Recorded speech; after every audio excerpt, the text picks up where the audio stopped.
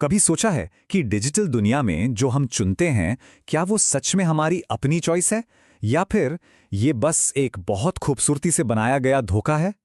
चलिए आज इसी पर्दे के पीछे देखते हैं। देखिए ये लाइन, ये सिर्फ एक कहावत नहीं है। ये हमारी आज की सच्चाई है। इसका सीधा सा मतलब है कि हमारी सोच, हमारी पसंद नापसंद, सब कुछ एक ऐसे सिस्टम पर चल रहा है जिसके रिमोट हमारे हाथ में है ही नहीं।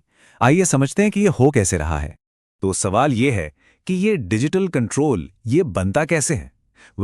इसकी शुरुआत होती है एक इंसान को, उसकी पहचान को एक प्रिडिक्टेबल एसेट में बदलने से। हम जब ऑनलाइन होते हैं ना, तो हर एक सेकंड एक साइलेंट ट्रांजैक्शन होता है। ये सिर्फ एंटरटेनमेंट नहीं है। सोच के देखिए, ये डेटा की एक ऐसी नदी है जिसे सिस्टम लगातार पीता जा रहा है। आपका हर क्लिक, हर लाइक, अरे यहां तक कि किसी फोटो पर बस कुछ सेकंड ज्यादा रुकना, सब कुछ रिकॉर्ड हो रहा है, एक डिजिटल डायरी की तरह। और बस यहीं से शुरू होता है असली खेल, एक इंसान का डिजिटल ट्रांसफॉर्मेशन। एक हंसता खेलता इंसान जिसके अपने इमोशंस हैं, अपने कॉम्प्लेक्स थॉट्स हैं, वो सिस्टम की नज़र में धीरे धीरे टूटकर एक डेटा पॉइंट में बदल जाता है। तो एक डेटा पॉइंट होने का मतलब क्या है आखिर? मतलब ये कि हमारी पूरी आइडेंटिटी को कुछ पैटर्न्स में फिट कर दिया गया है। अब हम एक इंसान नहीं रहे, अब हम एक कोड हैं। एक ऐसा कोड जिसे एल्गोरिदम आराम से पढ़ सकता है और प्रिडिक्ट कर सकता है। और यही है पूरे गेम का एंड गोल, प्रिडिक्ट करना ताकि कंट्रोल किया जा सके। इस डेटा कलेक्शन का असली मकसद सिर्फ हमें समझना नहीं है, बल्कि हमें एक खास दिशा में धकेलना है। सिस्टम को बस उस चाबी की तलाश है जो हमारे दिमाग का ताला खोल दे।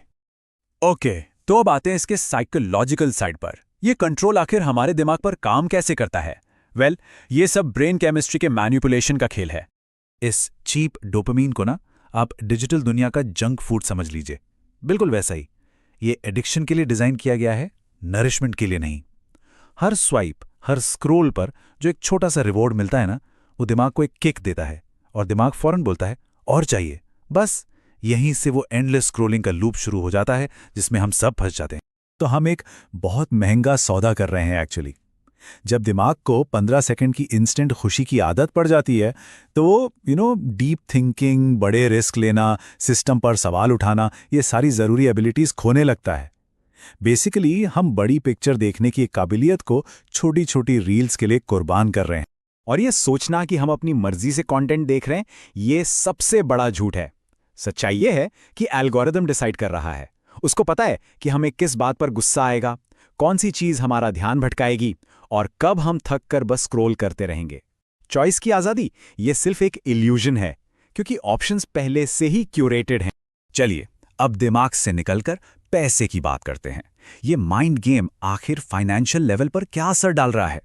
ये सिस्टम एक बहुत बड़ा इकोनॉमिक डिवाइड, एक खाई पैदा कर रहा है। इस अटेंशन इकोनॉमी में वो पुरानी कहावत बिल्कुल फिट बैठती है, अगर प्रोडक्ट फ्री है तो प्रोडक्ट आप हैं।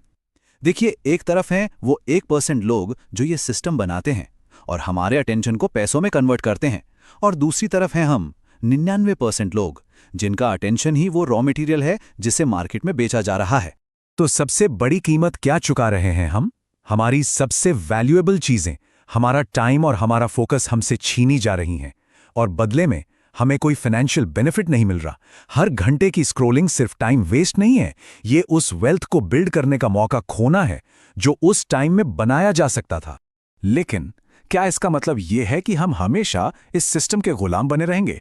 बिल्कुल नहीं। अब शुरू होता है इस कहानी का दूसरा और सबसे इंपॉर्टेंट हिस्सा। अब हम प्रॉब्लम से सॉल्यूशन की तरफ बढ़ेंगे, उस रास्ते को समझेंगे जो इस डिजिटल पिंजरे से बाहर निकालता है। इस जाल से निकलने का सबसे पहला और सबसे बड़ा कदम है एक माइंडसेट शिफ्ट, एक कंज्यूमर से क्रिएटर बनना। देखिए, सिस्टम चाहता है कि हम बस देखते रहें, पैसिव ऑडियंस बनकर। लेकिन असली आज़ादी तब मिलती है जब हम कहते हैं, बस बहुत हुआ देखना, अब मैं बनाऊंगा। और इसका मतलब सिर्फ रील्स स्क्रॉल करना बंद करना नहीं है। इसका मतलब है रियल स्किल सीखना, ऑटोमेशन सीखना, कोडिंग समझना, ऐसे एआई टूल्स को मास्टर करना जो आपके लिए तब भी काम करें जब आप सो रहे हो। ये सिर्फ स्किल्स नहीं है, ये इस सिस्टम से आज़ादी पाने के हथियार हैं। तो सॉल्यूशन का कोर मैसेज बिल्कुल सिंपल है। ऐसे सिस्टम्स और एसेट्स बनाओ जो खुद ब खुद वैल्यू जनरेट करें, ताकि ये कंजम्पशन का चक्कर टूटे। मतलब डोपामिन कंज्यूम मत करो, लेवरेज बिल्ड करो। तो ये सारी बातें हमें कहाँ ले आती हैं? इस पूरी डिस्कशन का निचोड़ आखिर में एक सीधे और शायद सबसे जरूरी सवाल पर आके रुकता है। आखिरी सवाल सिर्फ एक है, और यही सवाल शायद इस मॉडर्न एरा का सबसे बड़ा सवाल है।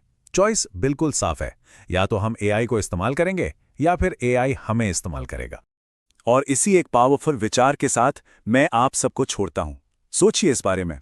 भविष्य की लड़ाई सिर्फ पैसों की नहीं होगी, असली जंग तो अपने कंट्रोल और अपनी आज़ादी को बचाने की होगी। अब चुनना हमें है।